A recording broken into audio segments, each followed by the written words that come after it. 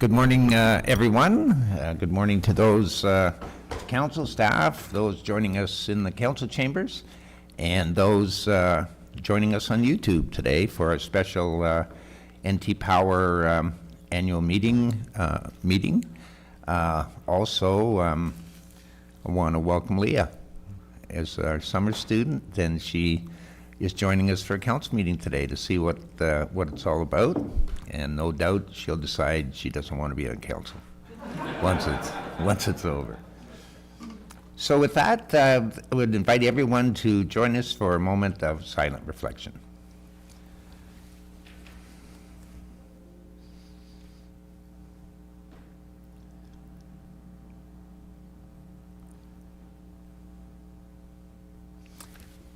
Thank you, everyone. That brings us to approval of the agenda, and I have a motion that reads that the special council meeting for agenda for June 24, 2026 be approved. Councillor Raymond and Councillor Larma, all in favor? That is carried. Thank you. Disclosure of interest. Any disclosures at this point? Seeing none, as we move through the agenda, should you recognize an interest, please state the general nature thereof and fill out the required paperwork with our clerk as soon as you're able to following this morning's meeting. That brings us to presentations and delegations, and we're very happy to have the VP of Engineering and Operations of NT Power, Alex, here today to give a presentation with respect to various items related to the annual shareholders meeting. So Alex, I'll turn it over to you. Okay. Thank you, Mayor Walker. So for everyone here, I know Kelly McCann, our President and CEO, was on the docket. She's not feeling well, so Alex Breletic, VP of Eng Ops, here in her stead. With me from the company, we also have Anna Moiseva. She's our Executive Assistant. And also we have our Board of Directors, so our Board Chair, Dave Charlson. I'll just allow him to introduce the other members of the board who are here. Welcome, Dave. Sure, if you could introduce the board members.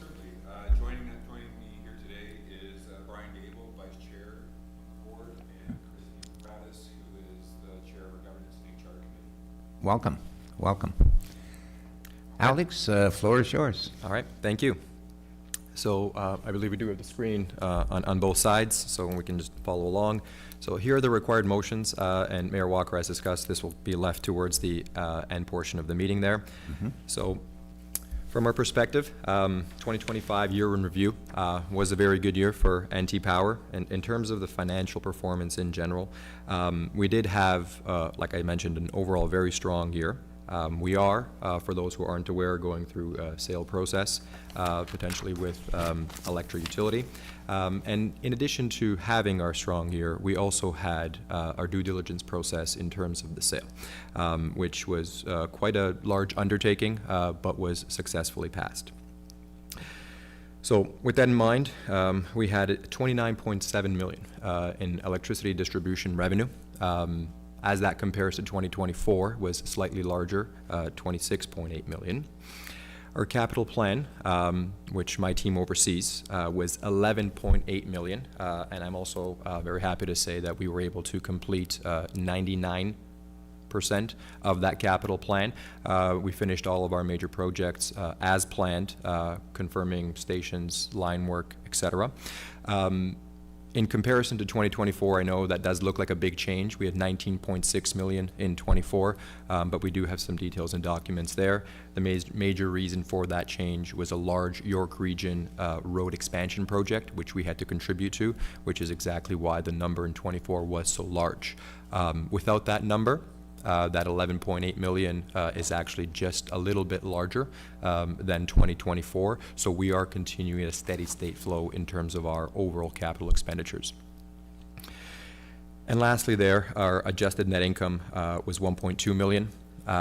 Again, there are some documents in there for 2024 that our CFO has prepared, some debt swaps, which is why it's 4.4 million in 2024.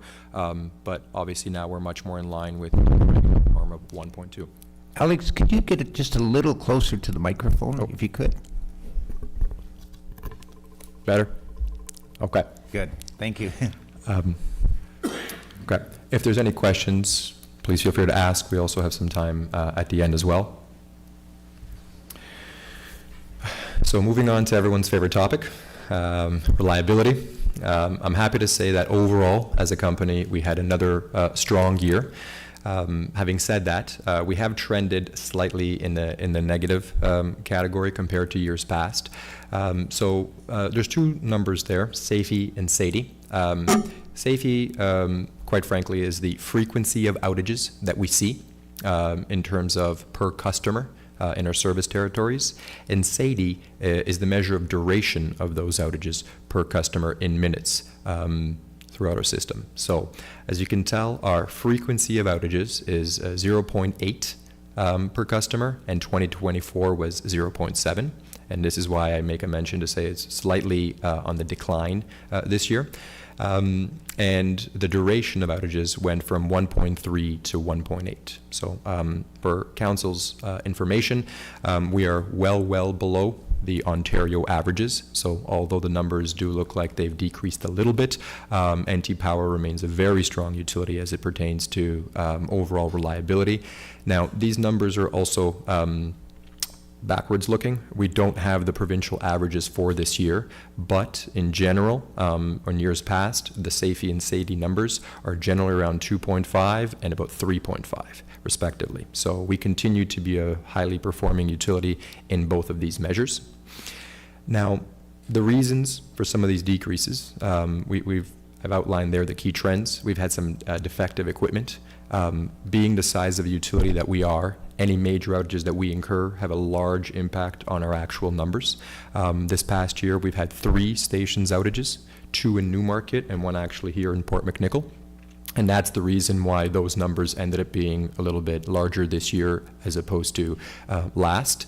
But I think another key indicator for everyone's knowledge here is we've actually had a decrease in all other types of outages compared to last year. So those would include specific types of defective equipment, animal contact, human contact, and so lighting strikes, adverse weather. So with that in mind, if it wasn't for these 3 large outages which disproportionately affected our reliability, we actually would have performed much better than last year. And I think from a day-to-day perspective, most notably here for the customers and citizens in Tay, they would have noticed a better year in 25 as opposed to 24, even though the numbers actually say a different story.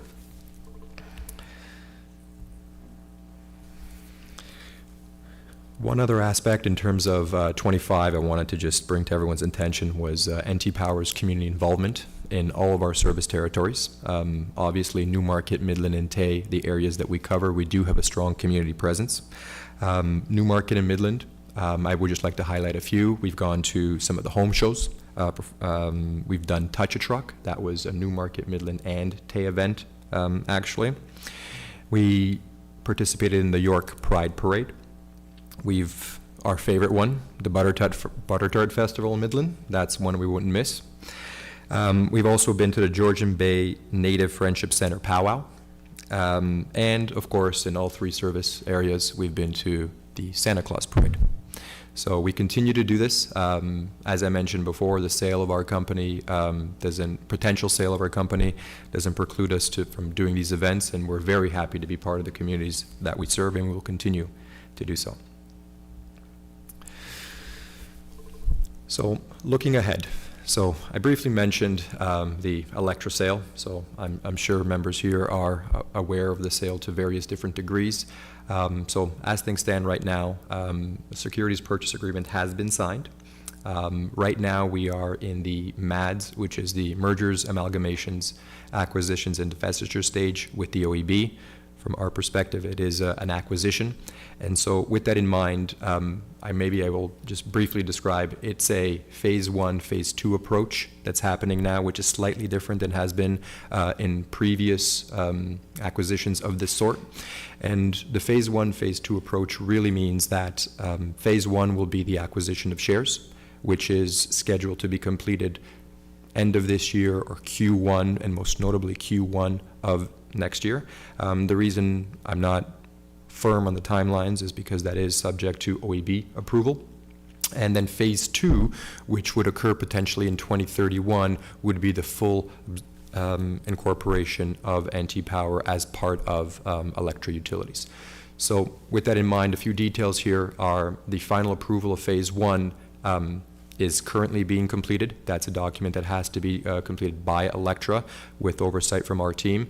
And so with that in mind, we're expecting that to be completed by end of year was the official document that had come out, but Q1, Q2 of next year is where that is going to be looked into. The transaction close, as you guys can see up there, it is Q2 of 2027. Now, that is a moving target. Right now, that is, I would say, a strong number. It has moved from Q4 of 2026, when originally thought about 6 months ago, but we're fairly certain that that would be the final number that we'll go with. The other big item in there is, in terms of what's been going on with the sale, the anti-power cost of service, our rate application, which is a very important thing for our utility in terms of getting our rates. So we will be filing that in April of 2028 for rate changes of January 1st and 29. And the reason I make a mention of why this phase 1 and phase 2 approach is unique is exactly that bullet point number 3. Usually you would go ahead and you would merge phase 1 and phase 2 completely with the utility and then set a full date in terms of bringing rates together. We're doing something different here. We're going to be going and filing our own rates while we are a standalone entity, and then there will be a rate harmonization later down the road. So that brings me to point number 4, the standalone entity component. This phase 1, phase 2 approach, I say unique, but it is currently being looked at and done and proposed within the industry as well. What it's going to do for us is it's going to have anti-power operate as a subsidiary of Electra, and the leadership team will be really operating in almost the same stead as we would have in years past. And that will continue from 27 to 2031. So what I mean by that is the overall responsibility of the utility, the day-to-day operations, will still continue to be the responsibility of me and my team, with, of course, the oversight of Electra and a transition committee that has been put forth. And the last point, the overall integration into Electra will happen fully in 2031, and that's what's being projected right now. That is a soft date, but that's something that we're working towards. From now up until that point, I think in the eyes of Tay Township and the other townships we serve, not much would change, right? Our commitment to customers, our commitment to our capital builds will stay exactly the same. And so until 2031, there would be no change. I don't foresee a change happening after that, but it will be fully Electra who does own our company at that point. So looking ahead, so our year for 2026, really it's going to be much of the same for us. Not too much will change. We are planning for the MADS application and the cost of service filings. I will say the cost of service, a lot of utilities, every few years, utilities go through this. Different utilities will go through this process, and so we are in touch with our counterparts. As I mentioned earlier, there was 57 utilities within the industry, and every year there's somebody possibly going in for a MADS. This is quite a large undertaking, so this will be a big, very important piece of our work in 2026. The MADS and the cost of service combined will create a lot of responsibility, and that's something we're ready and we're focused on in 26. With that in mind, and I did mention this before, we will strive to have a continued focus on the customer experience and the operational excellence we have within our utilities. Our reliability numbers are as such because of the hard work and due diligence our teams put into our system, and that won't see a change at all. And I think the last bullet point is a really good moniker of that. So we are actually looking to increase our capital budget in 2026. And then onwards as well. And so 13 million right now, we are actually projecting to have that completed, so which will again do a great service to the customers overall. So busy year in 26, but the team, the executive team, management team, and everyone else is quite prepared, and so far the year is going well. And so with that in mind, I'll open up to any questions if there are. Thanks very much, Alex. Council, any questions or comments? Guess you did a pretty good job. I've got a few comments to make. First of all, With respect to the community presence, that is so important. I don't know, obviously you realize the importance of that, but when you get out and see them in the community, it really hits home with the residents that these are the people that look after us to keep the power going, and if there's an emergency, they're the ones out there in the middle of the night tending to the emergencies to get the power back on. And we've had some instances with the ice storm, et cetera, that those efforts were really appreciated. You usually attend, or you always attend our Meet the Fleet event, and NT Power was there this year as well. And the powwow, I did have the opportunity to chat with Kelly at the powwow. That's probably where she caught her cold, and visited the NT Power booth there too. So there's a lot of people visiting the booth and doing that little coin thing where they drop down to get the prize. Also, I wanted to just take a moment with respect to the merger, the sale, and so on, that how busy it's been in the last year and a half,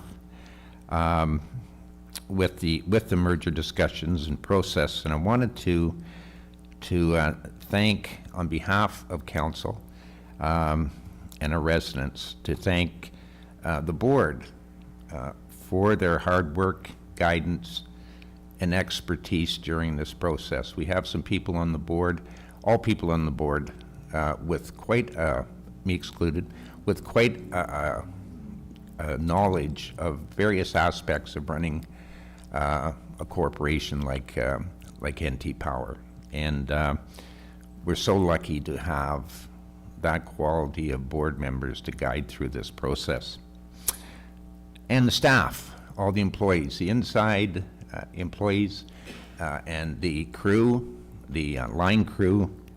There's been a lot of additional work handed down because of the discussions on the merger and sale, but there hasn't been an impact to the level of service we've always enjoyed from NT Power. So if you could pass along our thanks to everybody involved for a super effort.